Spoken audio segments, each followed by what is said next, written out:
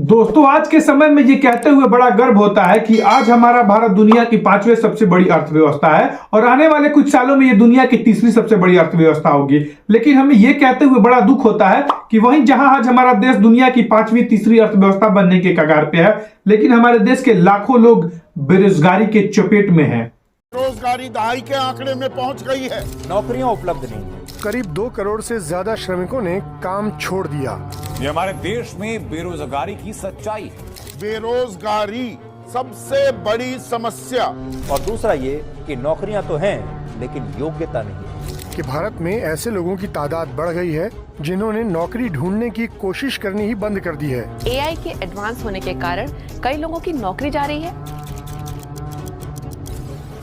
आज हमारा यूथ छोटे छोटे जॉब के लिए तरस रहा है। 140 करोड़ से भी ज्यादा लोग आज हमारे देश में रह रहे हैं। इस पॉपुलेशन का फायदा भारतीयों को नहीं बल्कि विदेशी कंपनियों को मिल रहा है। वो हमारे देश में अपना सामान बेचकर लाखों करोड़ों रुपए कमा रहे हैं।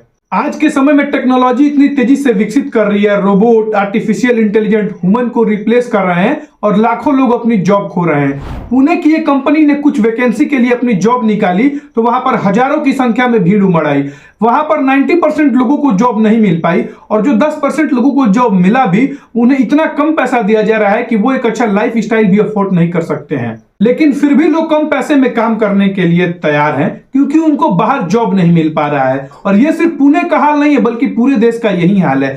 सोचिए, जब प्राइवेट जॉब का ये हाल है तो गवर्नमेंट जॉब में क्या होगा। आज हमारा एजुकेशन सिस्टम हमें जॉब लेने के लायक भी नहीं बना पा रहा है। स्टूडेंट किसी तरह डिग्री तो ले रहे हैं लेकिन वो जॉब करने के लिए लायक नहीं बन पा रहे हैं क्योंकि उनके पास स्किल की बहुत कमी है।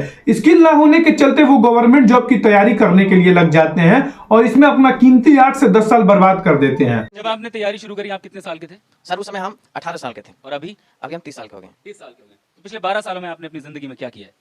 जिंदगी में सर पढ़ते गया डिग्री लेते गया। मैंने 3 सब्जेक्ट में पोस्ट ग्रेजुएट किया, बीएड किया, सीटेट क्वालिफाइड है, नेट क्वालिफाइड है सर। और सीजीएल मेरा एक ड्रीम जॉब था कि हम एक अच्छा नौकरी पाएंगे, रांची की राजधानी में रहेंगे क्योंकि मैं गांव से बिलोंग करते थे सर। देखते थे कि लोग इतने अच्छे प्रोफाइल में जॉब करते हैं तो मेरी भी एक सपना थी, मेरे माता पिता की भी सपना थी। गाँव में हम लोगों को भी बहुत इच्छाएं थी कि ये बच्चा पढ़ने में ठीक है तो पढ़ेगा तो कुछ अच्छा करेगा, समाज के लिए कुछ अच्छा करेगा। मैंने बहुत मेहनत किया, मेहनत के साथ मैंने क्या नहीं सेक्रीफाइस किया। मैं 2 साल से घर भी नहीं गया हूं आज तक। और हमारे आसपास के जितने भी कोचिंग इंडस्ट्री हैं वो स्टूडेंट को इस तरीके से रिप्रेजेंट करते हैं कि लाइफ का अल्टीमेट गोल गवर्नमेंट जॉब ही है और जो बची हुई कसर होती है वो हमारी सोसाइटी पूरी कर देती है। हमारे सोसाइटी के लोग गवर्नमेंट जॉब को ही जॉब मानते हैं लेकिन इसकी रियलिटी देखिए कि इतनी बड़ी जनसंख्या को गवर्नमेंट जॉब देना पॉसिबल ही नहीं है। लेकिन स्टूडेंट ये सब नहीं समझ पाते हैं और इस ट्रैप में फंस जाते हैं। ये ट्रैप स्टूडेंट के लिए कितना खतरनाक है आप इस बात से समझ सकते हैं। साल 2019 में इंडियन रेलवे ने ग्रुप डी के लिए 63,000 वैकेंसी निकाली थी। उस 63,000 वैकेंसी के लिए लगभग 2 करोड़, जी हां 2 करोड़ लोगों ने फॉर्म डाला।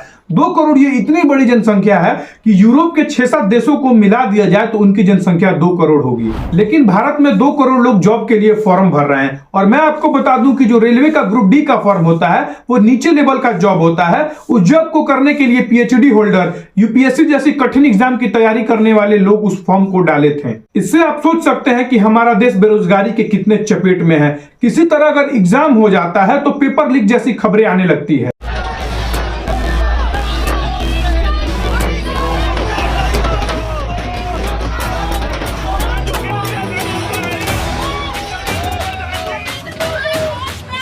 आज के समय में आईआईटी जैसे इंस्टीट्यूट जिसकी फीस लाखों होती है, उस इंस्टीट्यूट से पढ़ने के बाद भी लोगों को जॉब नहीं मिल पा रही है। आईआईटी, इसका कंपटीशन इतना हार्ड होता है, इसका अंदाजा आप इस बात से लगा सकते हैं कि हर साल आईआईटी के लिए 12 लाख से 15 लाख फॉर्म भर जाते हैं, उसमें से मात्र 13,000 लोग सिलेक्ट होते हैं। उस इंस्टीट्यूट से पढ़ने के बाद भी लोगों को जॉब नहीं मिल पा रहा है। जनरली जब देश की इकोनॉमी बढ़ती है तो देश में जॉब क्रिएट होता है, लेकिन भारत के केस में ठीक इसका उल्टा हो रहा है। भारत में तो जॉब क्रिएट तो नहीं हो रहा है लेकिन इकोनॉमी बढ़ रही है। आज भारत की 20% जनसंख्या या तो बहुत कम पैसे कमा रही है या तो वो बेरोजगार है। भारत में बेरोजगारी बढ़ने का एक बहुत बड़ा कारण है कि यहाँ के स्टूडेंट की मेंटेलिटी।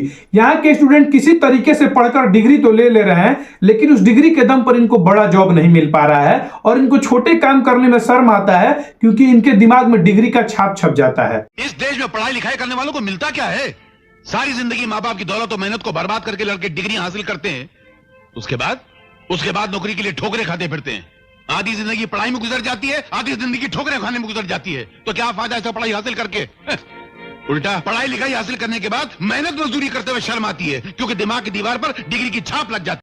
और जब किसी तरीके से इनको जॉब मिल भी जाती है तो ये लोग अपने जॉब को बचा नहीं पाते, क्योंकि इनका सामना एआई यानी आर्टिफिशियल इंटेलिजेंस से होता है, जो इनको किसी तरीके से रिप्लेस कर देता है। आर्टिफिशियल इंटेलिजेंस समय के साथ तो विकसित कर रहे हैं, लेकिन जॉब करने वाले लोग समय के साथ विकसित नहीं कर रहे हैं, वो अपने स्किल को इंप्रूव नहीं कर रहे हैं। रिसेंटली 337 कंपनियों ने लगभग 98,000 लोगों को रिप्लेस कर दिया, क्योंकि वो लोग अपने आप को अपडेट नहीं कर रहे थे। कुछ समय पहले HCL के फॉर्मर सीईओ विनीत नायर ने कहा था कि आने वाले कुछ समय में 70% लोग आईटी सेक्टर में अपना जॉब खो देंगे, क्योंकि उनको एआई रिप्लेस कर देगा। लेकिन आपने सोचा कि आखिर इसमें गलती किसकी है?